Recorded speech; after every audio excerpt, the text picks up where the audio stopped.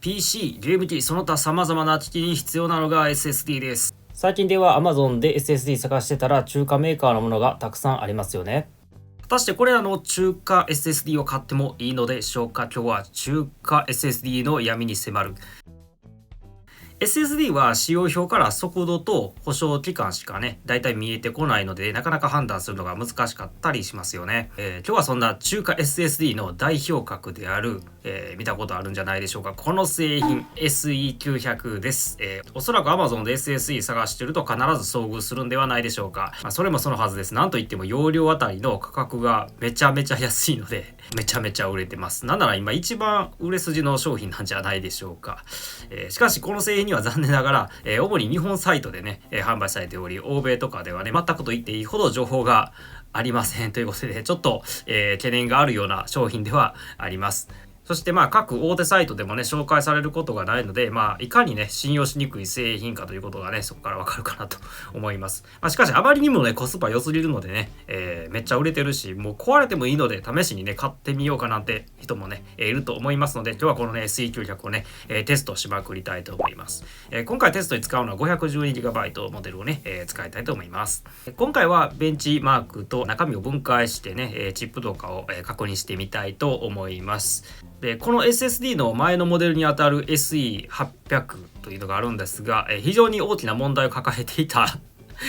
大問題な SSD であるということを初めに、言っておきますので、初めにベンチマークを出しておきますが、購入したい方は動画の後半までねぜひ見ていただくことをお勧めいたします。それでは始めてみましょう。まずは開封、パッケージ当ててみてがっかりしたのは、なんか砂ぼこりみたいなものが少し混じっていました。本当にね開封されていないことを願いましょう。何の変哲もない黒のプラスチックのパッケージングですね。あまり綺麗な感じはしなくて、面白みもありませんでした。昔やらかした、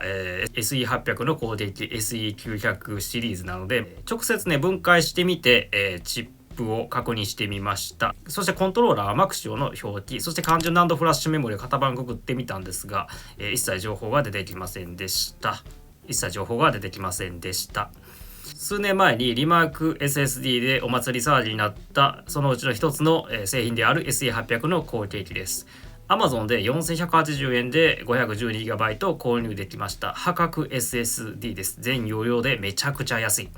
金額はえぐいぐらい安いので、容量あたりのコスパは気が狂ってますね。使用は、チップとかランドとかは途中で入れ替えられる可能性があるので、推測、不明な点が多数ですね。今回は分解してみてマクシオのローエンドのコントローラーが出てきましたね。不明な点多数と表記した理由は、あまり信用性のない歴史のない企業の場合はね、中のパーツダウングレードとかね、途中でね勝手にやっちゃったりとかしますので、このような表示をしてます。海外では一切のレビューが見当たらないということで、ここがかなり怖いところではありますね。なんかレビューとかもねほとんど日本人がやってるって感じやから、どうなんだろう、中国ではどうなんでしょうかね。多分買ってるの日本人ぐらいしかいないんじゃないでしょうかね。ちょっと中国現地のことは分かりません。でコントローラーは、今回開封してみて直接、目視してみました。マクシオの、MAP1002、これ4チャーのローエンド DRAM レス対応のものということで、ローエンドクラスの SSD であることが、この時点から分かりますね。DRAM なしのローエンド SSD ということで、いつも通り書き込み体制ですね。大量のデータを書き込みしている中で、途中でね超低速モードになる現象がどのぐらい起きてしまうのかっていうのがちょっと、気になるところですね。そこもテストしてみましょう。ということで DRAM 非搭載 QLC 難度チップの低価格モデルの組み合わせということで、基本構成から見てみると一番ローエンドの組み合わせになります。といっても 2.5 インチの SSD ですからね、もうあまり早いのも逆にいらないなっていう感じではありますよね。3年間保証は自分が実際にこの、サンスイストさんの SSD 受けたことがないので、どういった対応してくれるのか分かりかねますので、無責任にね、保証がついているなんて紹介は今回は、しないでおこうと思います。さて、ベンチマークで比較するために他の SSD ね 2.5 インチのものがあった方が分かりやすいと思うんですが、ここで大問題発生。私ですね、もう 2.5 インチの SSD そんなに、自宅に残ってません。データが入ってるやつあるんですけど、実際にもう使ってるやつとかがほとんどで組み込んじゃったりとかしてるので、すぐにテストに使うためにフォーマットできるようなものがないんですよね。ということでどうしようかなと思ったんですけども、一つありました。これですね。こんなのしかないわ。こちらはチームの T-Force デルタ RGB SSD12V ですね。どうですか、すごい綺麗でしょ。はい。見た目もね、ゲーミング SSD みたいな感じで結構派手なんですけども、内容もね、そこそこいい SSD です。名前長いでデルタと呼びますが、このデルタ SSD と勝負してみましょう。光るゲーミング SSD コスパは良くないですね。買ったの結構数年前だから、ちょっと比べられないんだけど、これ 5V と 12V モデルが全く同じのであるんですが、今からもうほとんど在庫ないと思うけど、欲しい人はこれ買い間違えないようにね、ピンの数が違うんで、3ピンと4ピンだって、これ間違えるとマジでマザーも爆発するんで爆発させたい人は買ってみてください。はい。今 2.5 インチといえども、当時はねそこそこいい SSD だったので仕様もねはっきりしてます。コントローラーがシリコンモーション SM2258、 これが、かの有名なね MX500 ですよ。クルーシャの MX500、ね、2.5 インチといえば MX500、皆さんも家にね 2,3 個は転がってると思うんですが、MX500 に採用されていたコントローラーですので、もうバチクソ信用できます。MX500 も途中でねコントローラー変わっちゃったりとかね、してしまったらしいですが、これが入ってるということですね。しかもこれが DRAM 搭載で、NAND フラッシュメモリーもマイクロンの64層 3DTLC ということで、DRAM 搭載、TLC NANDコントローラーは MX500 と同じものが入っているということで、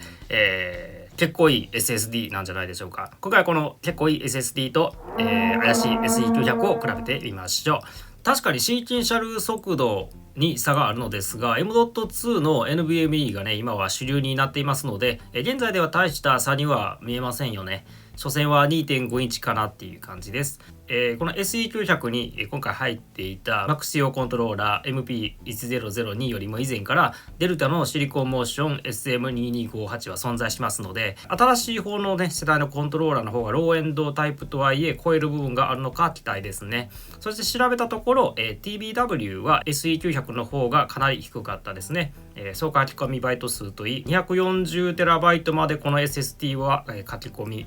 が保証されますよという感じですね。書き込みどんどんやっちゃうと寿命が縮んじゃいますからね。ここがねかなり、低いなっていう感じですね。で今回は容量が 500GB のものをねテストしたいと思います。容量が 1TB とかね 2TB とかアップグレードすると同じモデルのものでも容量が大きい方が一般的に速くなったり寿命が長くなったりしますので、比較の際はご注意ください。使用表で見てみても、ちょっとランダムもわからなかったりとか、コントローラーも、チップも調べられなかったりとか、ざっくりと使用表の比較からもちょっとわからない不明瞭な部分が多いので、ちょっと不安な部分が多いですね。はい。といってもぐだぐだ言ってもね、始まらないのでベンチマークいっちゃいましょうか。みんなが大好きなクリスタルディスクマークですね。SSD のシーケンシャルとランダムの速度をざっくりと数値化してくれますので、今回もいつもと同じく 1GB そして 64GB でテストして比較してみましょう。こんな感じ。一見シーケンシャル速度は SE900 速いですね。しかしやはり DRAM 非搭載なのがかなり効いてるのが、ランダム性能ではかなり劣ってしまうのかなっていう数字が出ています。特にテストデータの容量を増やした時の、64GB の方、下の方ですね。ランダム速度の性能低下は、著しく、やはりデルタに比べて見劣りしてしまう数値かなと思います。はい。では次は ATTO です。SSD のシーケンシャルアクセス性能とブロックサイズごとの性能を、測定する便利なベンチマークソフトですが、比べるときに非常に見づらいため、独自にそれぞれのブロックサイズごとにオリジナルで、グラフ化してみました。ドン。はい、こんな感じです。こんなギザギザのやつ初めて見た。数値が小さいから350から470MB/s やから、それでもなんかちょっと不安定な感じに見えるけどね。こんな感じでした。SE900 の方がオレンジと黄色、そして残りの緑っぽい系統でデルタをまとめています。一見両方ともそんなに差がないように見えますが、書き込みと読み出しですね、これを当ててみましょう。こんな感じになります。最大速度はそんなに差がないような感じしますが、なんか SE900 の書き込みの方が不安定な感じですね。こんな感じのやつは初めて見ました。最大速度はほぼ変わらず、なんか書き込みの時だけで不穏な挙動をするみたいな感じですかね。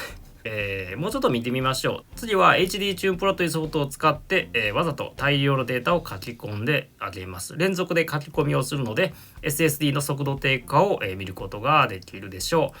う。SSD は仕様に載っている速度で常に書き込みができるわけではありません。特にね、今回の SE900 みたいな DRAM が載ってないローエンドモデルのね、安い SSD は 50GB、100GB、200GB とかの大量データをね、一気に書き込んじゃうと速度が低下してしまうものがありますので、書き込み体制見てみよう。しかしこのテストにおいて SE900 はいい意味で期待を裏切ってくれました。100GB のデータを連続書き込みしてみましたが、はい。なんと SE900 も DRAM なしで 90GB まで高速モードで書き込むことができました。すごい。この SSD のコストパフォーマンスを考えるとめちゃくちゃ素晴らしいと言えると思います。しかもそれぞれの書き込みの速度がデルタの方が約 300MB/s なのに対してこの SE900 の方は450ぐらい出てるような感じがしますね。ということでこのグラフがもし正しければ、90GB 以下の容量であればSE900 の方が書き込み完了が早い SSD であることが予想できます。マジかよ。HD チューンプロは素晴らしいソフトではありますが、全てが明らかにならない場合もありますので、もう少しテストを続ける必要があります。それでは次のテスト行ってみましょう。さてそれでは 3D マークのストレージベンチマークを走らせてみましょう。ゲームのロード時間とか保存時間など各ゲームプレイの時の挙動ですね、それをそれぞれのタイトルでのプレイを想定して数値化してくれます。ゲーム用にねこの、クソ安い SE900 で買うっていう人も多いと思いますからね。じゃあ見てみましょう。トータルスコアはほぼ変わらずということで、それぞれどんなポイントでどんなぐらい速いのか数字をグラフ化してみました。トータルスコアではあんま変わらなかったんだけれど、細かいところを見てみると、全体的にデルタの方が勝ってますよね。前から、バトルフィールド5のロード、コールオブデューティーのロード、そして、オーバーウォッチのロードとか、プレイ動画の録画性能、ゲームインストール、ゲーム保存だけど、全てにおいてデルタが、勝利しておりますが、その差は、非常に小さいんじゃないでしょうか。各テストにおいて 5% から 14% ぐらいしか差がないので、おそらく実際にゲームした時はもっと差は縮まるんじゃないかなと思いますので、はい、全体的にここでは、デルタの方が勝ってますが、なぜトータルスコアが、縮まってしまうのかというと、それは次のグラフちょっと、数値に差があるから別グラフに用意したんだけども、これゲームデータ移動ですね。例えば PC の中に別ストレージに入れているゲームを違うストレージに動かした時ですね。単純にさっき SE900 は大量のデータ書き込みが早かったから、それが影響しているという形になりますので、大きいデータを動かすのは SE900 の方がかなり得意なのかなっていう感じですね。ここでは SE900 が逆転し約 14% の差をつけていますということで、はい、大量データ書き込みにはもしかして SE900 強いのか。ゲームのベンチマークもう一丁いきましょう。 FF14 です。FF14 のベンチマークは各 C のロードにかかった時間をテスト結果からね出力することができますので見てみましょう。やはりここでもゲームロードなのでデルタの方が勝利しています。ゲーム用に SSD を買いたいっていうね理由の一つが、やっぱりそのゲームの各 C のねロードを速くしたいという人が多いと思いますので、それにはやっぱりデルタの方が勝っちゃうっていう感じですね。でもコスパ違いますからね。約だいたい1秒ぐらいですか。じゃあ16分の1ぐらいしか変わらないんだって考えるとちょっと微妙な感じはしますので、ほぼ体感はできないんじゃないかな。ということで、SE900 の方が世代的には新しい製品なんですが、全体的なゲームのロード時間とかですね、ゲームの挙動に関しては、デルタの方が早いということになりました。ローエンドですからね SE900 は、それでもそこまでの差はないのかなっていう印象です。今のところ結構 SE900 イメージいいですよ。じゃあゲームのベンチマークはここまでにして、次は先ほどね SE900 が大きめのデータ移動がね得意だっていう感じで、結果出てたので、もうちょっとそこをね、深掘りしてみたいと思います。次は大きめのデータをストレージ間で移動する時にかかる時間を測定してみます。使用するデータは容量が約 55GB の動画と 75GB のゲームデータです。はい、グラフ化してみました。まずそれぞれ動画とゲームデータの読み出し速度です。読み出しにかかる時間なので、これもバーが短い方がベターになります。ということで緑の方が短いので、やはりデルタの方が読み出し速度リードは速いという結果になっています。最大で 15% の差でデルタが勝利していますが、これはゲームをね、ゲームのシーンをロードするよりも55ギガとか75ギガとか、容量が大きいものではありますので、最終的な結果がね、結構何秒か変わってきたりしますので、ゲームデータの移動では完了までに約26秒もの差が出ていますので、結構差があります。はい。そして次は、書き込みの方を、並べてみましたが、なんとここで圧倒的になんと SE900 が形勢逆転をしてしまいました。マジか。SE900 の方が早かったですね。で、書き込み完了までの速度がデルタよりも圧倒的に速かったんですね。すごい。やはり HD チューンプロの数値は正しかったのでしょうか。55GB の動画の書き込みテストでは、なんとデルタよりも 30% も速い速度で完了しています。しかし、これがゲームデータの書き込みになるとちょっと安定しない数値になりました。動画データに比べてゲームデータの方がランダム性能を要する場合が多いらしいので、やはり、SE900 は少し不利になるのでしょうか。しかしそれでもまだまだ、勝利しています。しかし SSD の中に、約 50% ほど容量をね、初めから使用している状態で同じテストをしてみますと形勢逆転してしまいます。動画に比べて約 20GB ほどデータが多いということもあり、残念ながら SE900 の方は途中で息切れをして低速モードが発動してしまいます。やはり DRAM なし SSD ということで SE900 は残念ながら不安定になりやすいですね。そもそも SSD を使うときは、少なくとも半分以上ねデータが入っている状態が普通だと思いますので、残念ながら普通に使っているとやっぱりこういった遅延などに影響するでしょう。それでは、この低速モードで入った時の速度をですね、 SLC キャッシュがあまりにも大量データを連続書き込みしていって息切れしてしまった時の速度を、測定してみましょう。簡単で、このゲームデータファイルを、連続でSSD にぶち込みまくります。そうしますと SE900 は2つ目のゲームデータ転送時から低速モードに移行してしまいます。この低速モードも遅いよ。しかも低速モードの最低速度は驚異的な速度低下です。ハードディスクの方が速いんじゃね。採用している難度が QLC なので、残念ながら低速モードに入った時の速度低下がえげつないぐらい遅くなってしまいます。はい。これが DRAM なし QLC の悪いところですね。ということで、あまりデータを書き込みまくらない方がいい感じです。一方でデルタの方は、3個4個ゲームデータをぶち込みまくっても速度低下が見れることなく安定した速度でそのまま走ってくれました。さすがに DRAM ありなのでデルタは書き込み耐性、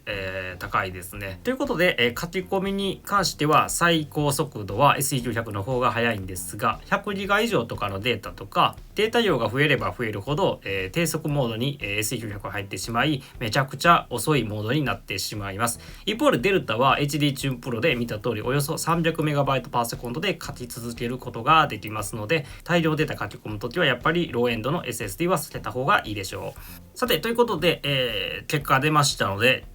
結論ちょっとまとめたいと思います。SE900 を購入する人のほとんどは安いからだと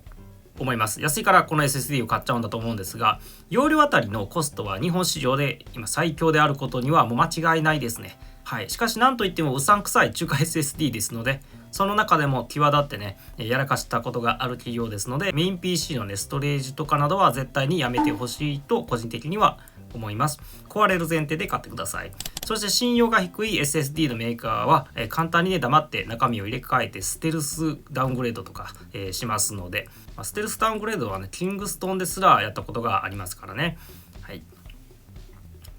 世の中コスパがいいと言われている SSD はほとんどが、DRAM 非搭載なので大量データを一気に書き込むのには、向いていません。しかも SE900 はその中でもかなり遅い QLC 採用してますので、低速モードが低速中の低速、ここを見ないでねクリスタルディスクベンチとかの数値を見てね速いと判断してしまうと痛い目見ちゃいますね。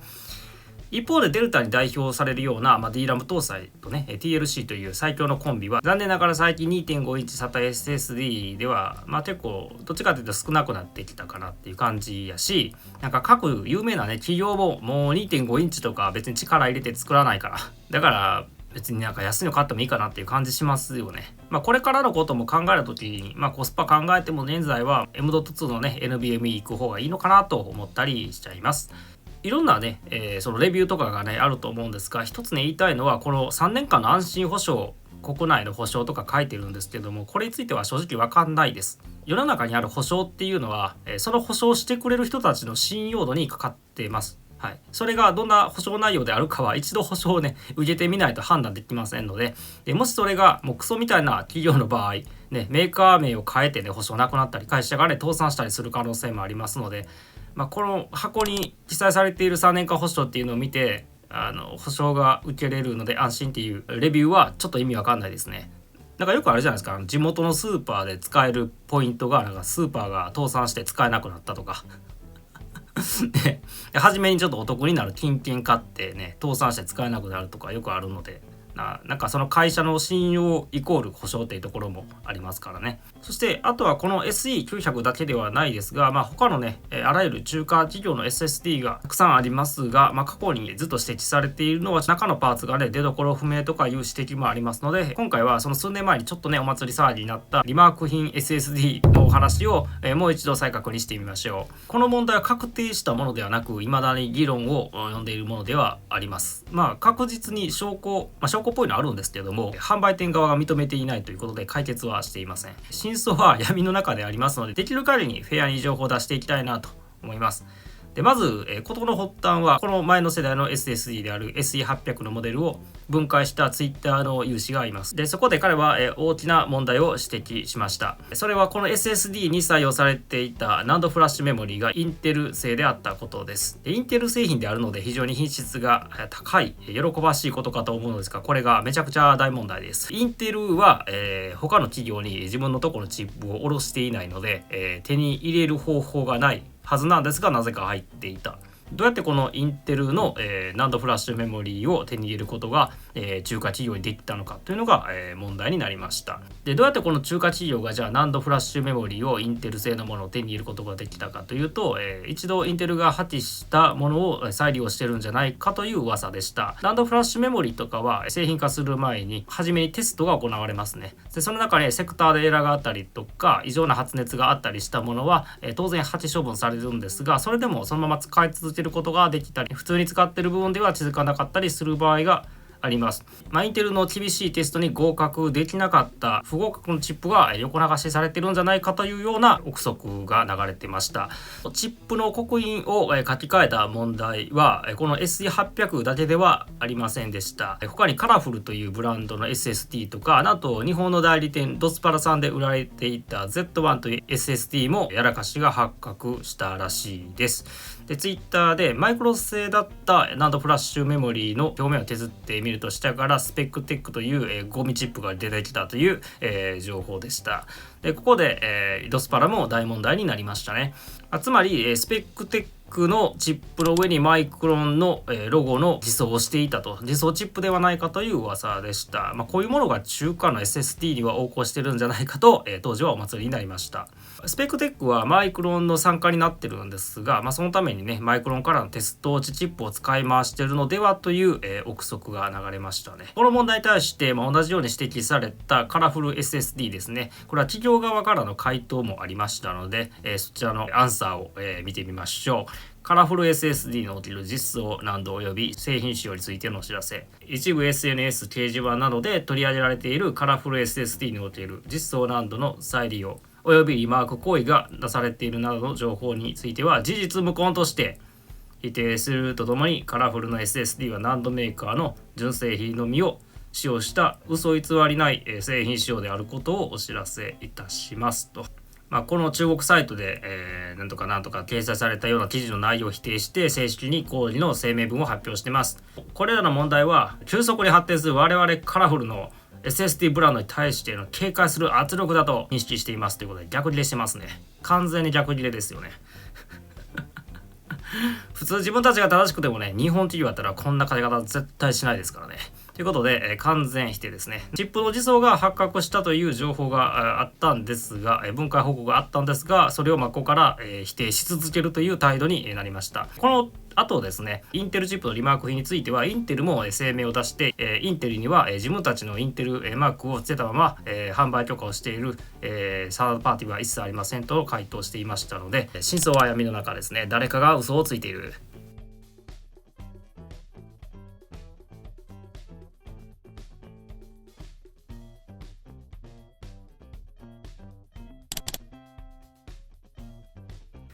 真意はわからないんですが、仮にそういったね信用できない、本来はエラーがあったはずの、難度を再利用しているのであれば、使ってる中で気づかなかったとしても、ちょっと発熱しやすいとかね、エラーが出るセクターあるとか、普通に考えるとねあんまり使いたくないなっていう感じはしますよね。で今回 SE900 手元にあるんで分解してみました。コントローラーはマクシオ製品のコントローラーがね確認することができましたが、肝心の難度は、型番から不明でしたね。はい、実質、無記名ということです。はい、で難度は SSD を選ぶときにね重要なポイントになりますので、ちゃんとしたメーカーさんのものであればというか、最低分解ぐらいすればね分かるように、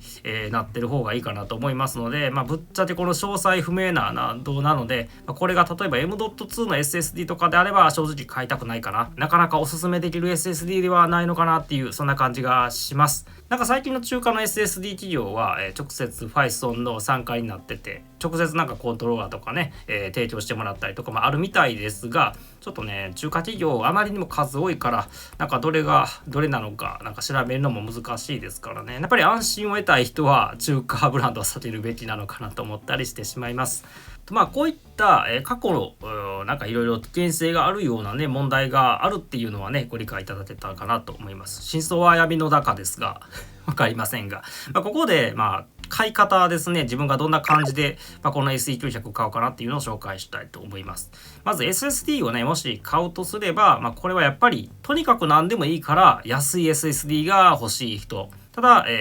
スペックに関しては表面的な速度だけを見て買うと痛い目見ちゃいますね。ただし、中身が途中で入れ替わったりとか、会社がどうにかなって途中で保証が消えたりとかも文句言わない、一切文句言わない人が買ってもいいんじゃないでしょうか。はい、ということでもうぶっ壊れてもいい人が買ってください。そしてこういう中華系の製品は必ずね不良率が上がると僕は考えてます。なぜならコストパフォーマンスでね勝負しないといけないこういった企業はコスト削減のために出荷前のねテストとかを、結構簡単に終わらせちゃうと思いますので、とりあえず出荷しちゃってね、なんか壊れたら保証で交換したりした方がコスパ良かったりしますからね。でネット上のレビューではもうほとんどね購入から長くても、数ヶ月使用してからのレビューなんで、やっぱりストレージということで、最低ね1年間とかね、使ってみてどうなるのかなっていうのが、ちょっと重要になってくるかなと思うんで、そこはちょっとレビューからとかねわからないんでね使ってみないとどうしようもないですね。でしかし、圧倒的にねコスパこれかなりねいいので、全てを理解した上では買ってもいいかなと思います。そうそう、今回 2TB買ったんですよ。 2TB、ちょっとゲームのストレージに使えんじゃねえと思って 2TB のコスパめちゃくちゃやばいんですよねこんなクソ SSD でもう壊れる前提であれば、なんかゲーム用のストレージとしてなんか使い道あるんじゃねえかなと思って、買ってみたんで、これもね、次テストしてみたいと思います。しかし大手のね記憶シェアとかウエスタンデジタルとかと同じようなね SSD だと思って買うとねマジで痛い目見ちゃいますね。で壊れる前提で買ってみましょうということで、今回紹介しました SSD SE900 シリーズは、コスパがマジで壊れとる1年間ぐらい使ってるとマジで壊れちゃう可能性もあるので、壊れてもいいっていう人が買っちゃいましょう。遊びで買うんだったら面白そうな SSD かなと思います。